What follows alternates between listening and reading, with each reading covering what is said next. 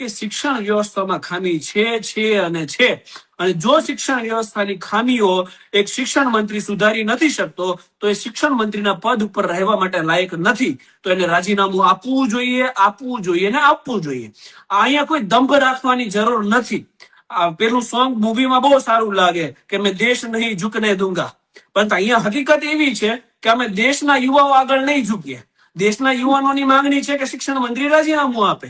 તો હજારો લાખો એવા પોલિટિકલ લીડરો હશે હજારોની સંખ્યામાં કે જે શિક્ષણ મંત્રાલયને સારી રીતે સંભાળી શકે. તો એવા કોઈ વ્યક્તિને તક આપો જે શિક્ષણ પદ્ધતિઓમાં સુધારો લાવી શકે. તો એ નથી કરવું. ટૂંકમાં અત્યારે સરકારને એક મેટર ઇગોઇસ્ટિક છે કે યુવાનો ગમે એટલો વિરોધ કરે, યુવાનને તોડી નાખો, માથા ફોડી નાખો, પરંતુ શિક્ષણ મંત્રીનું રાજીનામું તો નહીં મળે.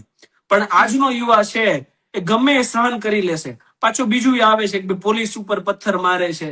અરે ભાઈ, પ્લસ ને માઇનસ તો હોવાનું જ છે. તમે કોકને ધોકા મારશો તો સામેવાળો કંઈક તો કરશે જ ને. એ તો જે રાષ્ટ્ર માટે ધોકા ખાય ને એને ખબર હોય કે એ જે ચામડી આખી લીલા કલરની થઈ જાય ને જે પેન હોય એ પેન શું કહેવાય. હું તો આ યુવાનોને સેલ્યુટ કરું છું કે એટલી બર્બરતા સહન કરીને પણ અડગ માંગ સાથે ઉભા છે કે આ દેશની શિક્ષણ વ્યવસ્થા